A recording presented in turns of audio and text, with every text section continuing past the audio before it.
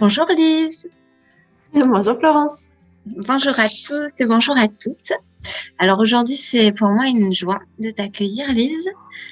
Lise, on se connaît depuis maintenant une année et quelques. Mm. On peut dire plein de choses de toi, de ce que tu fais. Tu es accompagnatrice, tu es coach en marketing, mais avec vraiment ta touche à toi, hein. Tu dis hein, que tu as une méthode unique et moi je valide que vraiment tu as une méthode unique qui allie à la fois la douceur qui est la tienne, cette ouverture et cette place que tu crées en toi et qui laisse à l'autre la place d'être qui il est et cette clairvoyance, hypersensibilité qui permet à chacun et à chacune de aller à la rencontre de soi. Mm. Et puis, tu es aussi une maman de deux enfants avec lesquels que tu as accompagné, je pense, de manière très similaire à la manière dont tu accompagnes les femmes que tu accompagnes, c'est-à-dire dans cette place que tu laisses pour que l'autre y fleurisse à l'endroit où c'est bon pour lui de planter ses racines. Pour moi, ça, c'est vraiment garder le sacré de cette vie qui a besoin de bouger et qui a besoin d'évoluer dans quelque chose qui n'a pas, qui n'est pas formatable. Mm. Donc, c'était une évidence pour moi que de te proposer cette interview et de recueillir tes propos et ta vision pour que ça puisse enrichir les lectrices et les lecteurs, parce qu'il y en a quelques-uns, et puis ceux qui vont t'écouter. J'ai aussi oublié de dire que tu fais des sommets, des temps merveilleux où justement c'est en grand. Du coup, c'est un genre de merveilleux coffre où chacun va puiser à nouveau. Merci d'être là. Merci beaucoup Florence. Je veux bien compléter du coup un peu ma présentation. Merci infiniment. J'aime Vas-y. beaucoup les mots que tu as touchés. Donc, dans mon activité aujourd'hui, elle a beaucoup évolué au fil du temps et des années parce que à la base, moi, je suis formée à tout ce qui est gestion, création d'entreprise, développement. D'abord, je l'ai appris pour le faire moi-même. C'est ma première entreprise. Je l'ai créée avec le père de mes enfants à 25 ans. Et puis ensuite, je me suis formée à aider les gens à créer leur entreprise, à le développer. J'ai toujours été dans la gestion de projets collaboratifs. Ça a toujours été ma passion. Et à côté, comme tu dis, mais c'est vraiment partie de mes enfants, de cette volonté de, comme si je sentais le mot que je disais, c'est comme s'il y a une pépite à l'intérieur et puis je voulais pas qu'ils puissent se dévier d'eux-mêmes. Donc j'étais très vigilante à autant moi, même si on le fait toujours, hein, c'est impossible de ne pas créer ces filtres, de pas impacter. On voudrait tellement, mais c'est impossible. Mais du coup, j'essayais d'être vigilante en moi et autour de moi. De qu'est-ce que je pourrais faire pour pas les dévier d'eux-mêmes. Donc, j'ai consacré ma vie quand même une bonne partie, en tout cas 10 ans, à élever mes enfants. Ils sont pas allés à l'école, voilà. Enfin, c'est une éducation bienveillante, maternage, voilà. Et puis dans cette notion de recherche, de c'est quoi les paramètres pour permettre à une personne de rester connectée à elle-même.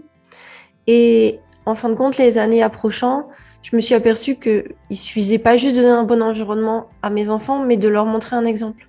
Et qu'il fallait que moi, j'incarne ce en quoi je croyais, qui était on a besoin d'être connecté à nous, on a tous une pépite, quelque chose à offrir, et ça a de la valeur. Et peut-être que avoir un travail, c'est peut-être juste partager cette chose-là qui est dans notre cœur et qu'on a envie d'offrir aux autres. Et du coup, je suis partie vraiment en quête de ça. Donc, j'ai fait plusieurs expérimentations, en disant, tiens, qu'est-ce que j'ai déjà? Qu'est-ce qui me plaît? Donc, à l'époque, c'était vraiment la passion autour de les enfants, l'enfance, la parentalité, après la féminité. Enfin, ça a vraiment suivi mon cheminement. Puis, à un moment, ça s'est regroupé avec mes compétences d'origine. Je suis aussi de famille d'entrepreneurs et tout ça.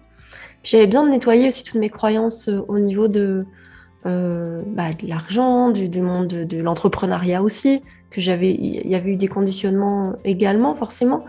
On en a quand on vient pas de là, mais quand on vient de là, on en a d'autres aussi.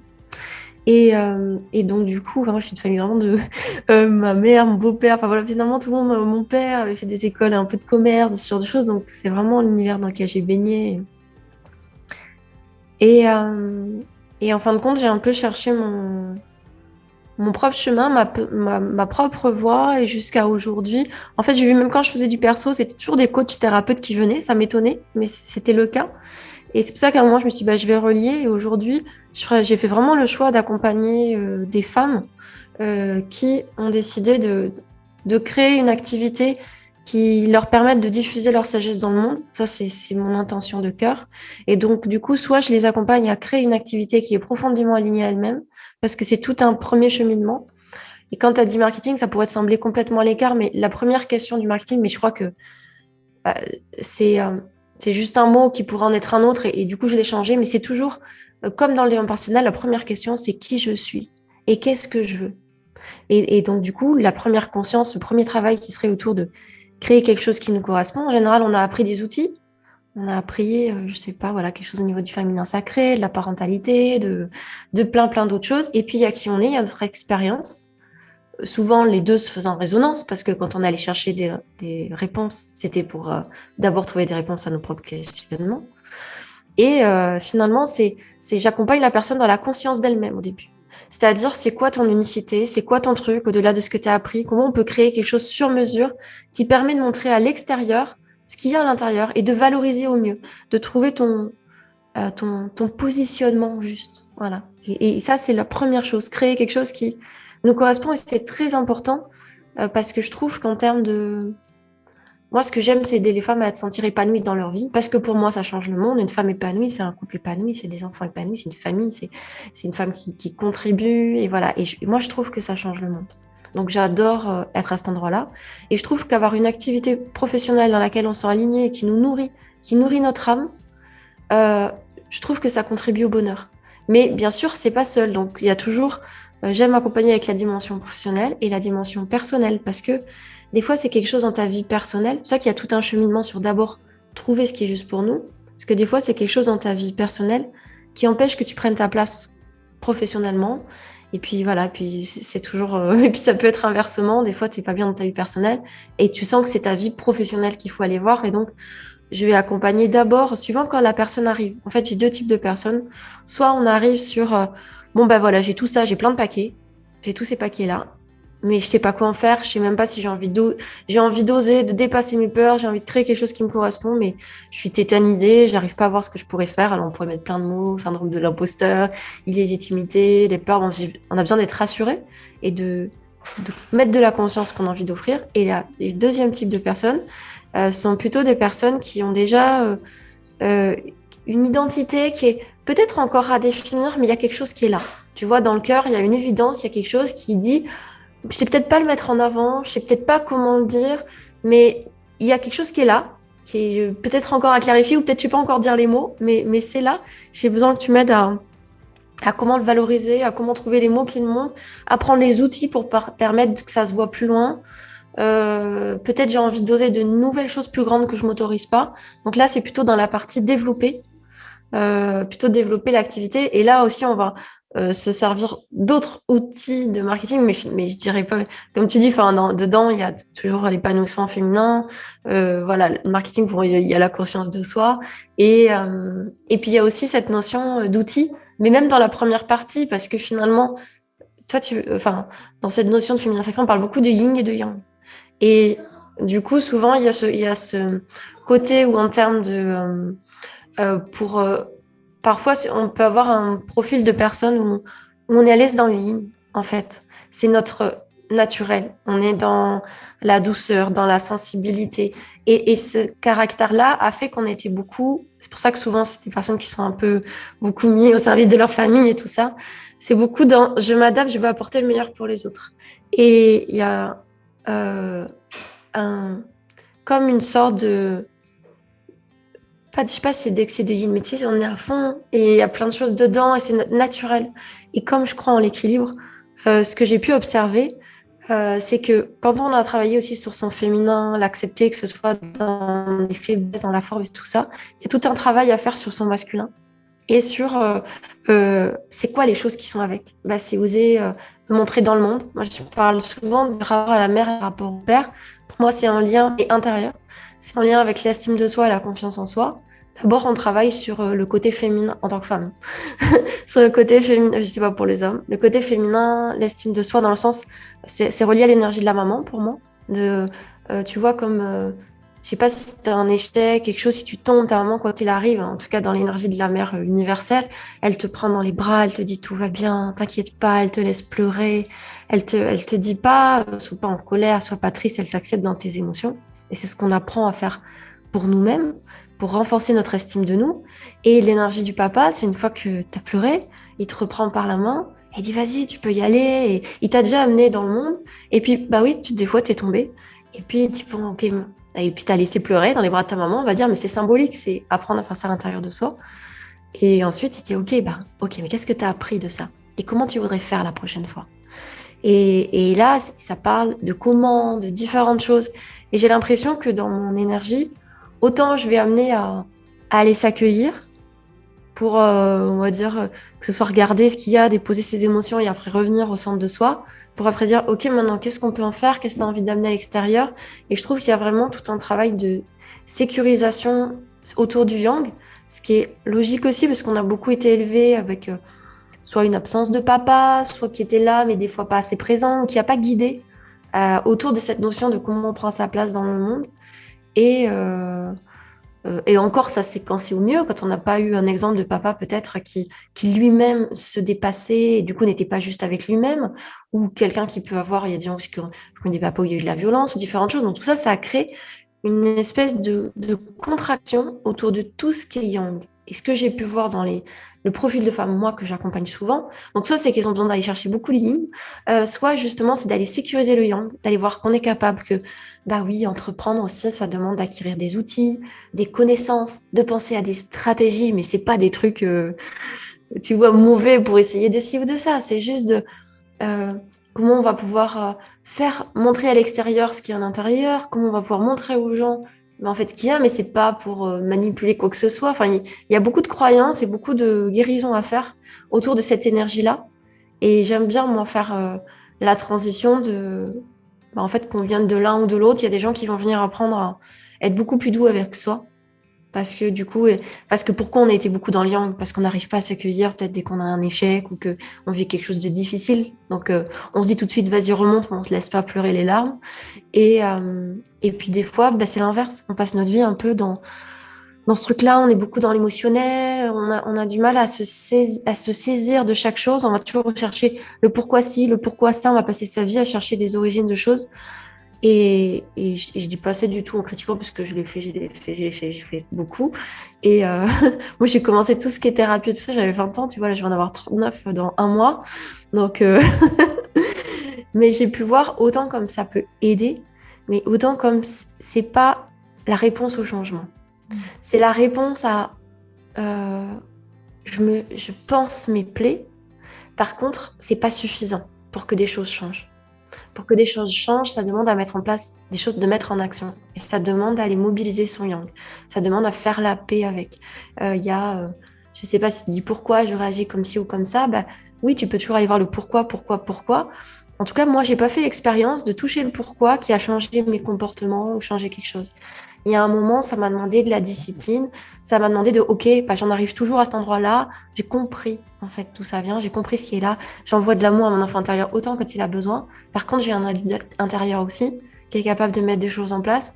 Et où est-ce que je vais mettre la rigueur, ma détermination, qui est aussi de l'amour de moi. Ça veut dire que je crois tellement en moi que j'avance en fait, que je mets des choses en place. Et moi, j'ai vu que les choses changeaient quand on a avancé avec ces deux énergies. Mais souvent, on a appris à faire que l'un ou que l'autre. Je sais pas si ça te parle, mais du coup, ça qui me Oui, tout venait. à fait. Tout à fait, merci. Et je trouve qu'il y a quelque chose d'assez magique dans tes partages. Moi, je viens d'un endroit où le marketing, c'est un mot, c'est un gros mot. Il y a Mm. quelque chose qui est comme un gros mot, à la fois qui est attrayant, peut-être, mais qui fait peur. Oui. Et je trouve très beau ta manière de décortiquer tout ça. Et je fais vraiment le parallèle aussi avec la maman que tu es et avec cette idée de unschooling. Je trouve qu'il y a dans la proposition de sortir d'un système scolaire cette envie-là aussi de pas ternir tous ces aspects de soi, de pas mettre des fausses croyances sur plein d'aspects qui font qu'on va soit rejeter certaines valeurs parce comme on sent qu'on n'y a pas facilement accès, on se dit ben c'est pas pour moi, soit au contraire courir après quoi, comme la compétition ou tu vois avec les systèmes de notation. Et je trouve que le unschooling amène vraiment cette Oui, soit être dans la guerre, soit dans le retrait. Soit en disant, ouais je joue pas le jeu de la compétition. Bah, du coup, moi, j'ai pas envie de jouer ce jeu-là. Donc, ouais je m'extrais. Moi, j'ai vécu des années en marge de la société complètement, mais j'étais bien avec ça. Mais c'est juste qu'à un moment, je me suis dit, c'est le choix que je fais pour moi, mais du coup, mes enfants, s'ils me voient, ils vont se dire, soit on joue le jeu comme on le voit à l'extérieur, soit on le joue pas et ça fait partie de choix de vie particuliers. Et en fait, j'avais envie de créer un modèle où c'est pas soit je choisis d'être à l'écart du jeu, on va dire, et je vis en dehors de la société ou autre, et je vis sans argent, et on va pas à l'école, on fait tout ça, enfin, c'était joyeux aussi, mais j'avais envie de me dire, en fait, je crois qu'il existe quelque chose entre les deux. Entre soit je rentre dedans et je m'oublie, je rentre dans une vie qui n'a pas de sens, ou soit je vis quelque chose de complètement à l'écart parce que sinon, moi, ce qui me touche, c'est que cette sagesse qu'on a à offrir, mais c'est comme si elle restait enfermée. Et du coup, on ne peut pas l'amener dans le monde. Et moi, ce qui me plaît dans le fond, c'est aider les personnes à diffuser leur sagesse et qui en a besoin partout. Tu vois, moi, à un moment dans mon activité, je travaillais dans un centre social. Et on appelle ça, la démarche dans laquelle j'étais à l'initiative de mettre en place s'appelle le développement social local. Et c'est un truc auquel j'ai été formée aussi quand j'accompagnais le développement de projets. C'est vraiment même une dimension politique dans le sens où soit on part du principe qu'il y a des gens en haut qui décident et qui disent un peu plus bas comment faut mettre les choses. Et du coup, ça fait cette notion de découpage. Et du coup, chacun a l'impression de devoir faire son bout, mais oublie dans quoi ça s'intègre de façon générale. Et je crois que partout dans les entreprises aujourd'hui, c'est beaucoup comme ça. Et je pense que c'est pas pour rien que les gens ont besoin d'entreprendre, retrouver du sens, de sentir que je fais quelque chose du début jusqu'à la fin, que je sais dans quoi ça s'imbrique et je sais à quoi ça sert. Après, dans la politique, ça a changé plusieurs fois, mais dans les notions de recentralisation, décentralisation, où à un moment, on va laisser de la liberté en bas, alors parce que c'est comme ça dans notre pays, mais ça pourrait être vu complètement autrement, mais en tout cas, voilà, c'est comme ça, un peu plus bas, décentralisé, et laisser aux personnes l'initiative de prendre des décisions pour eux-mêmes. Et je trouve ça intéressant parce que si on fait le lien avec ce que tu as dit de l'éducation, avec le lien à l'éducation. Et moi, j'ai été beaucoup dans ce truc de, oui, mais on devrait tous toujours décider ensemble. Et j'ai voulu créer une éducation où c'est vraiment à égalité. Et j'ai vraiment voulu faire ça. Et pour avoir été dans beaucoup d'associations, j'ai toujours beaucoup été dans ce mouvement de... ouais, je suis formée aussi voilà, tout ce qui est collaboratif, mettre en place des choses en collaboration, ou même... enfin, ça a toujours été dans ma dynamique. Et j'avais ce fantasme, mais aujourd'hui j'appelle ça un peu un fantasme, que à plusieurs on puisse s'organiser. Et plein de fois je me suis cassé la figure de ça parce que je voyais que, bah, en fait, quand tu es tous à égalité, souvent tout le monde dit oui, on va mettre ça en place. Et puis bah, les gens en fait attendent que quelqu'un d'autre le fasse. Et puis souvent je me retrouvais à le faire, je me retrouvais toute seule parce que je croyais toujours que si je le lance, les autres vont suivre. Et puis moi, bah non, en fait, ils ont juste des responsabilités. Enfin, pas c'est le truc, mais et du coup, ça me donnait envie d'arrêter parce que moi, ce que je voulais faire, c'est faire avec les autres. Et dans ma façon d'éduquer aussi, vouloir toujours faire à égalité, je me suis aperçue en fait que ça créait pas de l'égalité. Et qu'en fin de compte, c'est pour ça que il y a mon programme en ligne supporte mes accompagnements. Il s'appelle Prends ta place de guide parce que je me suis aperçue que ce qu'il y avait besoin, c'est de sentir que quand il y a quelque chose qu'on a dans le cœur, faut oser aller devant. Faut oser prendre sa place, faut oser lancer sa voix. Et oui, des fois, il y a des gens qui te suivent, des fois, il y a des gens qui te suivent pas. Mais cette sorte, même tu sais, en tant que maman, bah, je m'étais aperçue que c'était important que je sache où je veux les amener et qu'en fin de compte, on peut laisser à la fois l'espace de où est-ce que je laisse l'autre décider parce que si je décide tout, bah c'est pareil, un enfant, il a juste l'impression qu'il doit tout décider. Et c'est à l'opposé de peut-être une ancienne éducation. Bon, moi, j'ai même pas été éduquée comme ça. Mais où tu as le parent qui décide et puis les enfants sont comme des petits employés qui doivent faire ce qu'on doit leur dire dans leur petit coin, ce qu'on leur demande pas. Moi, j'ai été élevée du coup en réaction à ça. C'est-à-dire du coup, tu fais ce que tu veux, enfin, un mélange du coup, je décide, et puis je te laisse faire sans aucun guide. Ah, ben, en fait, bon, ben, du coup, je vais te redire, bon, ben, je vais relaisser. Donc, ça peut créer comme ça. Donc, moi, en tant que maman, c'est pareil, j'avais vu que j'aimais pas quand mon rapport à l'autorité, que j'aime pas du tout quand on me dit quoi faire et comment.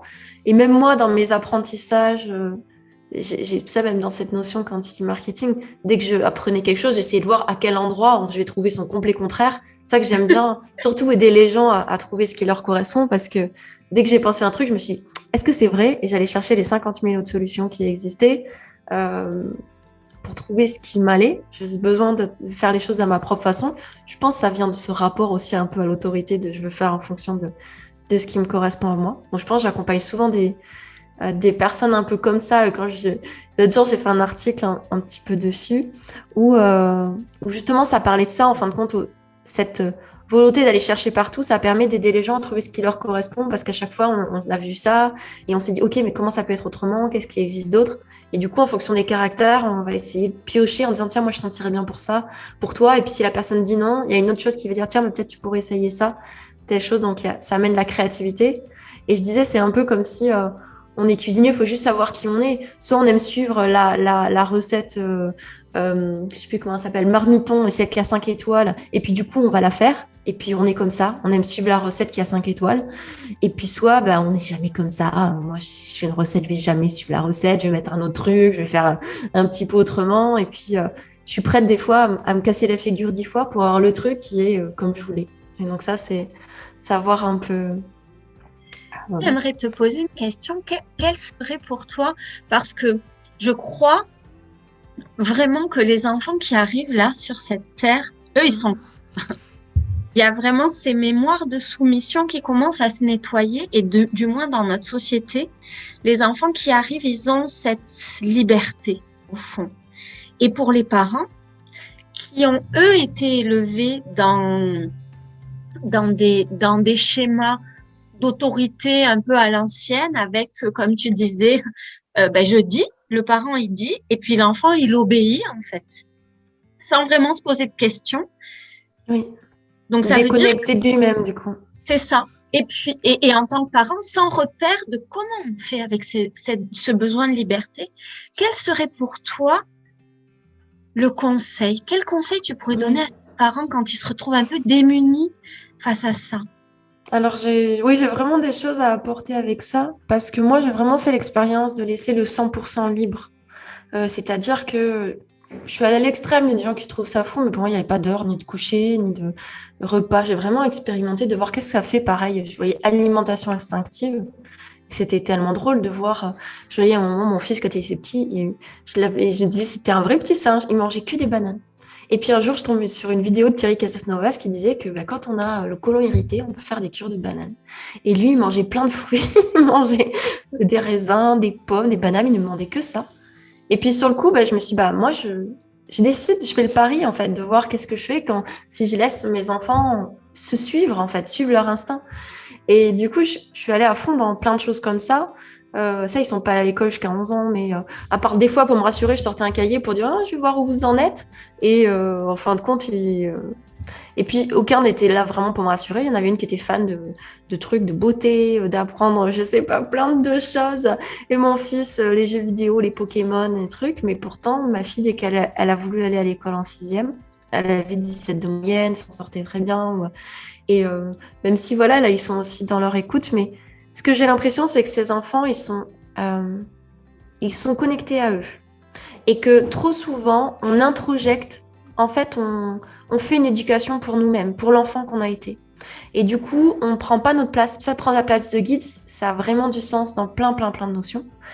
Souvent, on est des mamans, ils arrivent avec des mamans très empathiques, qui ont la capacité de les accompagner, mais qui vont se mettre un peu trop sur je t'aide à. Sauf que c'est des enfants déjà bien ancrés en fait. Eux, ils savent qui ils sont. Déjà, ils ont choisi la place l'endroit pour arriver à cet endroit-là, et qu'on peut se retrouver des fois avec quelque chose complètement inversé, avec un enfant qui sait très bien qui il est, qui sait très bien ce qu'il veut, et une maman qui s'est mis... Moi, ce que je me suis aperçue, c'est qu'en fin de compte, je me retrouvais un peu comme t'es pas, je sais pas comment dire. Des fois, il y a ce truc d'éducation où tu as eu l'impression de pas avoir ta place. Alors moi, je dis, moi, il y a aussi que j'ai 6 frères et sœurs, je suis l'aînée. Enfin, il y a tout un de trucs et de difficultés où je m'étais quand même mis en retrait par rapport à différentes choses. Mais ce que je me suis pas aperçue, c'est que justement, j'ai beaucoup de yin. Donc, aller vers l'éducation bienveillante, c'était la facilité pour moi. Parce que du coup, j'allais jamais contre le conflit. J'allais, ce que je disais, quand on est le yin, c'est le yang qu'il faut aller voir. En fait, c'était l'espace le plus facile et le confortable pour moi. Sauf que je suis restée un peu en retrait du coup. Et quand tu te mets en retrait, tu laisses la place à l'autre. Mais tes enfants, s'ils n'ont pas vécu ton histoire, ils sont pas en retrait. Ils prennent toute la place qu'il y a à prendre. Et tu te retrouves avec un enfant qui prend ta place. C'est lui le guide, en fait. Et puis du coup, tu es là, mais non, mais c'est pas normal, c'est moi. Et en fait, tu te retrouves à lutter dans quelque chose.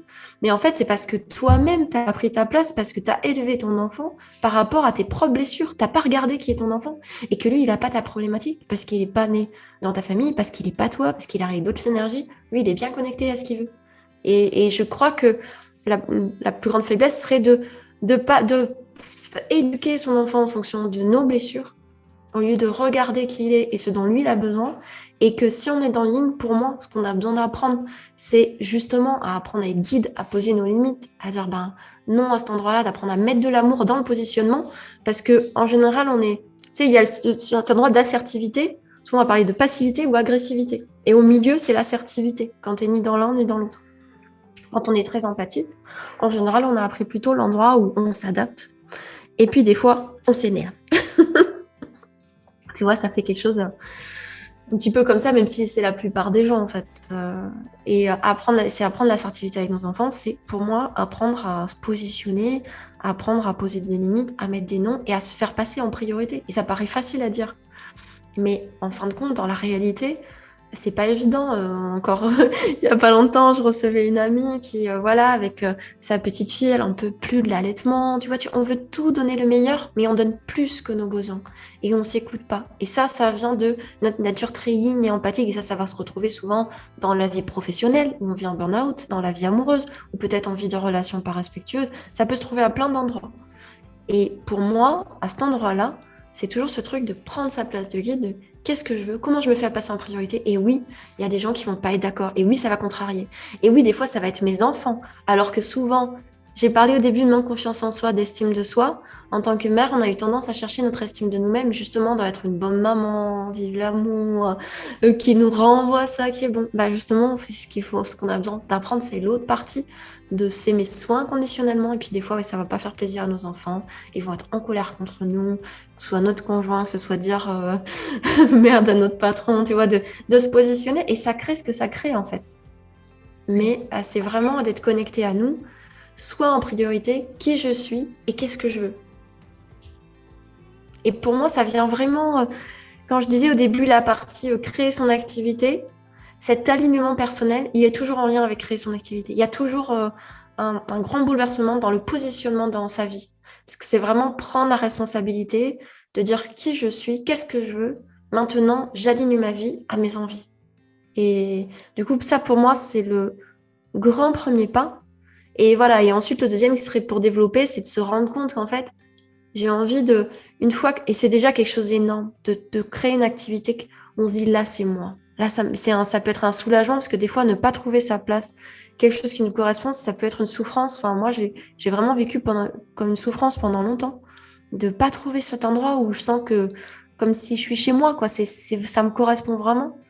Et, euh, et ensuite, c'est d'oser regarder, mais ok, mais peut-être que j'ai envie, dans mon côté yang, peut-être que j'ai envie aussi de me challenger, de faire plus loin. Et là, c'est encore une deuxième étape.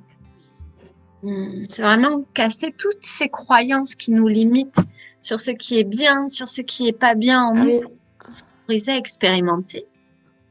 Et puis le bien et le pas bien, c'est en fonction de qu'est-ce que j'ai nourri comme croyance qui faisait de moi quelqu'un de bien, d'aimable, une bonne personne. Et on se rend compte qu'en fin de compte, on est très tiré par ces fils-là.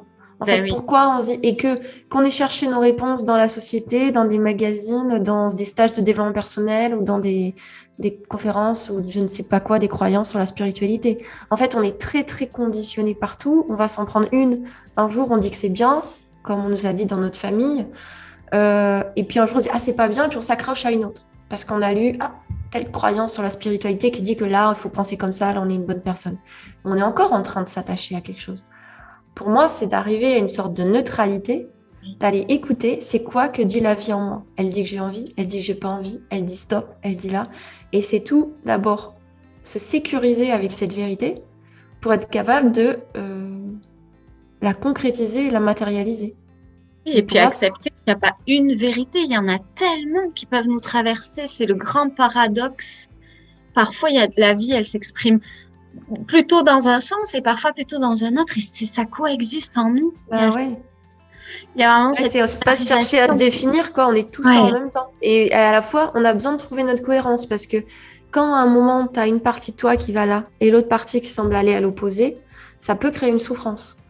Tu ouais, vois, comme par exemple, moi, si je vois au tout début de mon activité professionnelle, c'est il y avait la croyance que je vais être là auprès de mes enfants et tout ça. Enfin, et puis, bah, oui, j'aimerais créer mon activité, j'avais l'impression de s'opposer. Mais souvent, on croit que les choses s'opposent. Et en fait, on met beaucoup de temps à... je sais pas, sur plein de choses, c'est des croyances, tu vois. oui, Ça ben peut être oui. dans le couple, tu vois, t'es avec quelqu'un, t'es très bien, tu tombes amoureux de quelqu'un d'autre, ou j'en sais rien, t'as envie d'autre chose. On croit que ça s'oppose, mais peut-être ça s'oppose pas. Moi, dans les choses que je suis en train d'intégrer aujourd'hui, j'ai envie de voyager et mes enfants veulent pas voyager. Bah, tu vois, ça peut sembler opposé de dire, tiens, mais est-ce que je peux être une maman présente, qui a des enfants sur lesquels ils peuvent voyager en même temps et sans eux? Et en fait, toute la vie, ce qui nous amène dans des états de souffrance, c'est qu'on pense que les différentes choses qui nous habitent, elles s'opposent et qu'il faut choisir et qu'il faut dire celle-là, mais pas celle-là, celle-là, mais pas celle-là. Alors qu'en fin de compte, c'est trouver notre zone de cohérence où les espaces coexistent. Enfin, pour moi. Oui, ouais, merci de ce partage. J'ai envie de te demander, bon, je pense que tu as quand même pas mal répondu à ça, mais du coup, ça va remettre un peu l'accent. Toi, qu'est-ce qui te ramène au sacré en toi, à ce mouvement de vie en toi? C'est quoi ta recette? Euh, Alors déjà, moi, si je sais pas si je mettrais le mot sacré, parce que pour moi, par exemple, tu vois, si je prends sur la sexualité, au début, j'ai fait un programme en ligne sur la sexualité. Moi, j'aime créer des champs d'exploration, pas de vérité, de faut faire comme ci, comme ça. Donc, j'ai créé un champ d'exploration sur la sexualité. Et au début, ce que je voulais découvrir, c'était la sexualité sacrée ou en conscience. Et ce que j'ai vu, c'est que quand je cherchais la sexualité sacrée, c'était un de mes plus grands freins, en tout cas, quand là, j'essayais ça. D'abord, il fallait que je regarde tous mes conditionnements, d'écouter mes petites voix de ce que j'avais entendu ailleurs, mais aussi de ce que j'avais entendu, de ce que je voulais de la sexualité sacrée. Et à un moment, j'ai vu que c'était une pierre qui m'empêchait. Parce que du coup, j'essayais de déterminer la forme de ce que je voulais créer. Et en fait, c'est pour ça que finalement, ça s'est créé vers une sexualité authentique, parce que comme si je m'ouvrais à l'inconnu de chaque instant. Et dans le sens où toi, tu dis sacré, parce qu'il y a ce que ça crée en moi le mot sacré et le sens que toi, tu mets dans le mot sacré, c'est différent. Et donc, si je me relie à ce que toi, dans tel sens, toi, tu dirais sacré, pour moi, c'est d'être dans cette... de mettre toujours de l'intention et du courage aussi à regarder c'est quoi ma vérité dans l'instant. Et d'être très juste avec moi. Parce que des fois, on n'est pas ce qu'on voudrait. Je sais pas, par exemple, je sais pas, on parle de professionnellement, mais peut-être qu'on voudrait. J'ai accompagné plein de gens qui ont créé quelque chose qui leur correspond, et puis d'un seul coup, bah, ça me va plus. Bah là, on voudrait pas ressentir ça. Ou alors, tu vois, t'es en couple avec ta famille, ou je sais ça, tu faisais l'école à la maison, t'as l'été, il y avait quelque chose, et puis un jour, t'en peux plus. Voilà, c'est fini, tu veux plus ça. Et tout semble s'écrouler à l'intérieur de toi. Puis on te dit, mais il y a tout qui va bien, mais c'est plus ça. Mon âme, elle veut autre chose. Et, et moi, bah, ce qui m'aide, c'est quand je sens qu'il y a comme des repères qui bougent, c'est de ne pas chercher tout de suite à bouger. C'est d'accueillir qu'est-ce que ça me fait là, c'est quoi qui est en train de bouger, c'est Hmm. quoi qui est en train de se passer. Et comme si, mais c'est comme l'histoire du slow sex, qui est une des voies, en tout cas pour moi, de réappropriation de sa sexualité, c'est d'abord comme si on réduit le mouvement pour écouter. Qu'est-ce qui se passe? Qu'est-ce que ça dit? Tu peux pas t'empêcher de vivre. Par contre, tu peux comme ouvrir tes oreilles un peu plus, ralentir pour mieux entendre. Mm. Qu'est-ce qui est en train de se passer? Qu'est-ce qui est en train de se dire à l'intérieur de moi? Qu'est-ce que mon cœur, il me dit? Comment je me sens? Et comme si je porte beaucoup d'attention à... Je ralentis le rythme et j'écoute. Et parce que c'est comme s'il y a plein de couches qui m'empêchent d'entendre ma vérité. Parce qu'en fait, pourquoi c'est difficile? Parce que j'ai du mal à l'accepter. C'est comme il y a quelque chose qui... parce que je sais pas, parce que ça me demanderait de changer quelque chose, peut-être j'ai pas envie, ou parce que voilà, il y a besoin d'un peu de maturation. Et je fais tout comme pour une espèce d'accouchement, tu vois, comme pour dire, ok, si je reprends l'exemple aujourd'hui du voyage, c'est ça que c'était la pire au moins, puis je l'ai remis de côté, parce que je sais que mes enfants, ils veulent pas voyager, et ça fait déjà 4 ans qu'on en parle, et pourtant à l'intérieur de moi, c'est là. Et tu vois, si je regarde ça en ce moment, mais c'est comme si je sens, comme si je suis une sage-femme, tu vois, mais comme je peux, dans l'accompagnement, c'est un peu ça. Je me rappelle plusieurs fois, j'ai fait des guidances, à chaque fois on m'a dit, t'es une accoucheuse. C'est le mot qui était passé, qui était venu, mais je me sens ça pour moi-même, dans le sens, là, il y a quelque chose qui est là, il y a quelque chose qui a besoin d'émerger, et que plusieurs fois, j'ai mis de côté parce que ça me semblait pas le moment, et parce qu'en fait, moi, j'étais pas prête à accueillir ça de moi. Parce que ça allait trop en contradiction avec ce que je voulais, mes valeurs, mon amour de moi, je dirais comment je vais me sentir si je regarde ça, je vais me sentir une mauvaise maman, et puis je vais pas savoir comment le mettre ma vie. Et aujourd'hui, je me sens plus, il y a quelque chose qui va naître, et comme si je suis là à attendre, tu vois, comme c'est Frédéric Le Boyer, je crois, qui parle de l'accouchement physiologique et qui parle de la sage-femme qui tricote à côté, tu vois. C'est comme si tu sais qu'il se passe quelque chose de... Et là, je prendrais les mots sacrés. Tu sais qu'il se passe quelque chose d'important.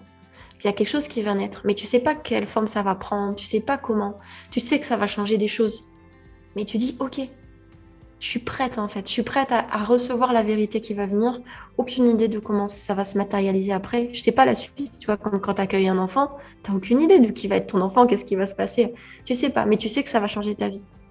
Et tu vois, je pense qu'il y a des gens, des fois, ben, quand t'es pas bien dans ton boulot, tu veux dire, ok, ça va pas. Je peux pas tirer sur le truc, c'est pas ça qui va faire que le bébé va sortir plus vite. Par contre, je peux prendre conscience qu'il y a quelque chose d'important qui est en train de se passer. Et Mm. ça va la suite. Ça amènera des grandes joies, ça amènera des difficultés, ça amènera tout ça, mais juste s'arrêter. Dire, tiens, là, il y a quelque chose qui est en train de se passer. Et c'est tout bête, mais je sais pas du tout si c'est concret ce que je dis, si ça paraît clair quand je te le dis. Très clair.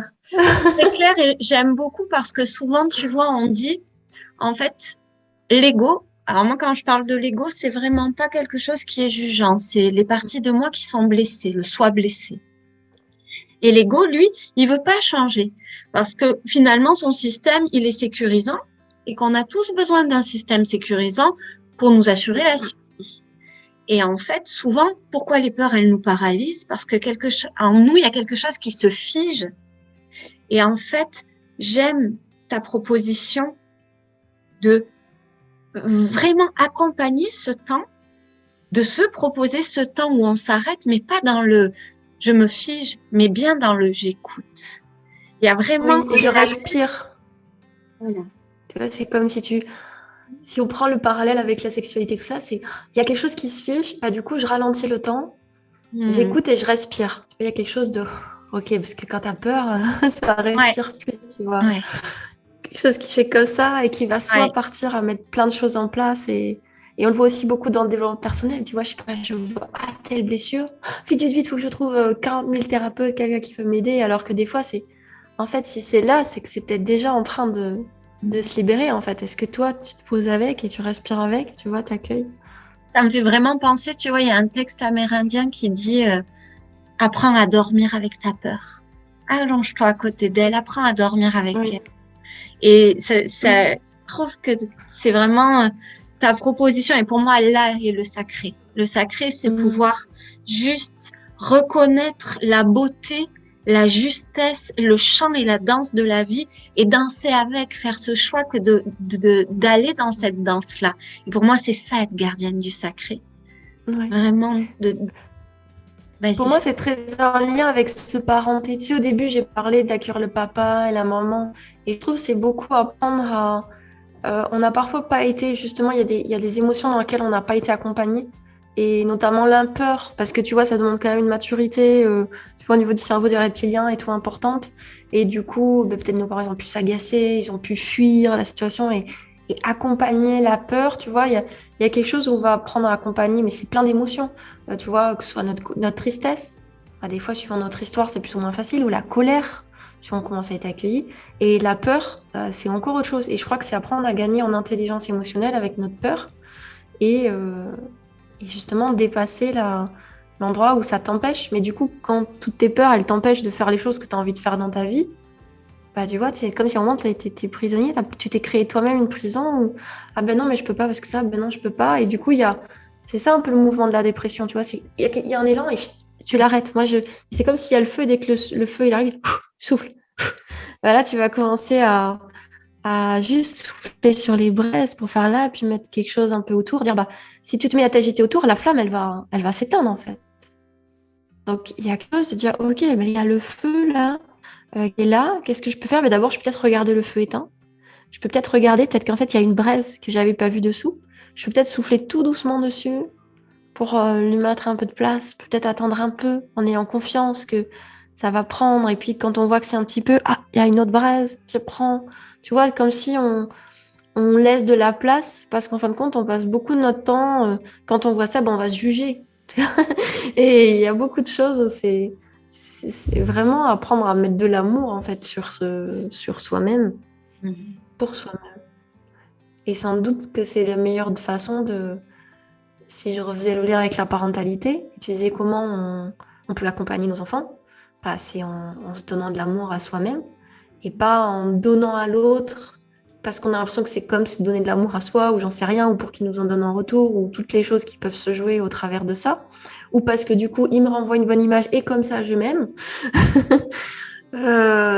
C'est plutôt bah, comment je me donne de l'amour à moi et parfois, en me donnant de l'amour à moi, il y a des gens qui, ça va pas leur plaire. Il y a des gens qui vont pas m'aimer. Et là, on va rejouer toutes les blessures de l'âme, ok.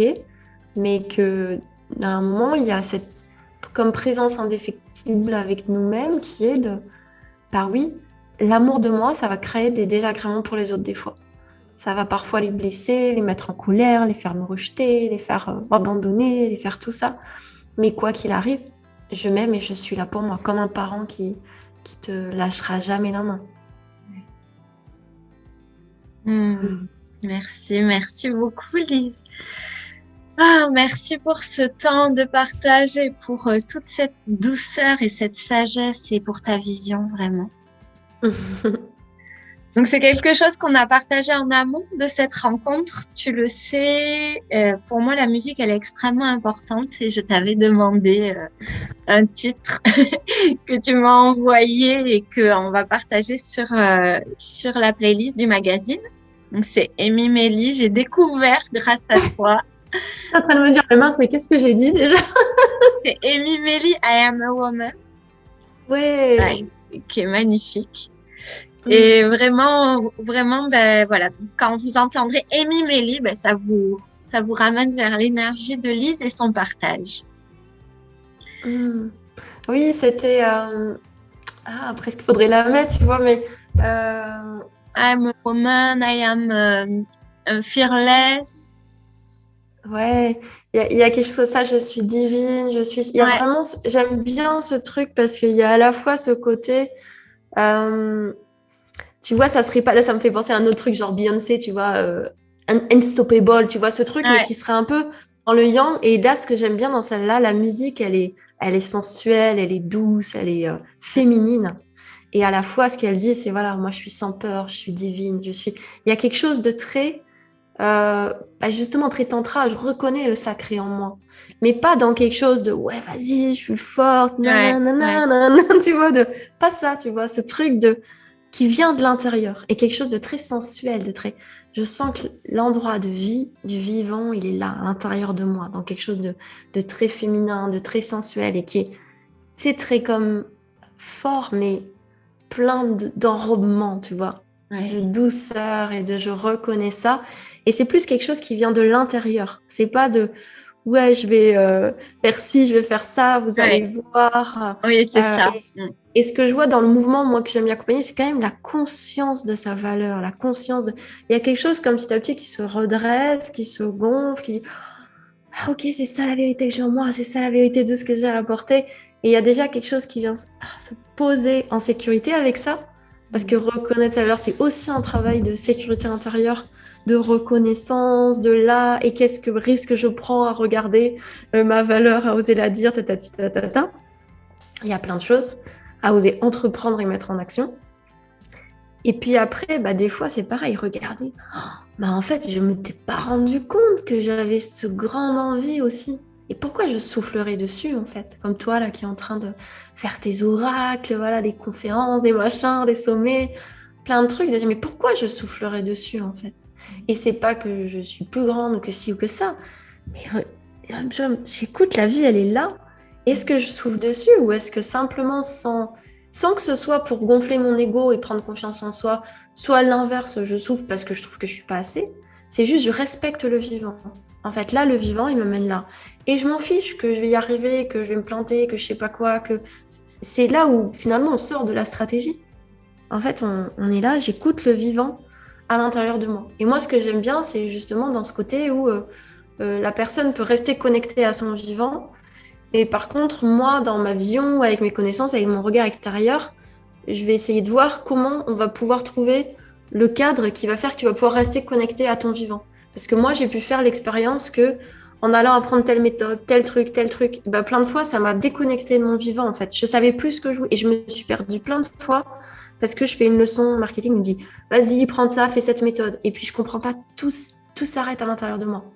Du coup, je me remets à reprendre un truc, je vois une autre méthode, j'essaie l'autre truc, pof, tout se réarrête.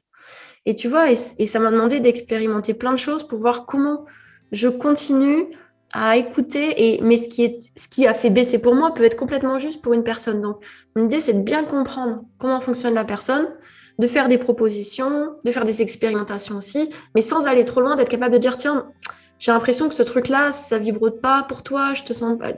Est-ce qu'on pourrait pas justement et d'inventer de nouvelles formules pour faire que chacun va vers ce qu'il veut, mais tout en étant resté connecté à ce feu de qu'est-ce que j'ai envie, je continue à y croire et j'ose. Et c'est pas tout maîtriser, on peut jamais maîtriser, on sait pas. Et je crois justement là dans le divin de la vie qui fait qu'à chaque fois on nous amène ce dont on a besoin pour l'étape d'après. Et dans tous les cas, si tu es toujours connecté à.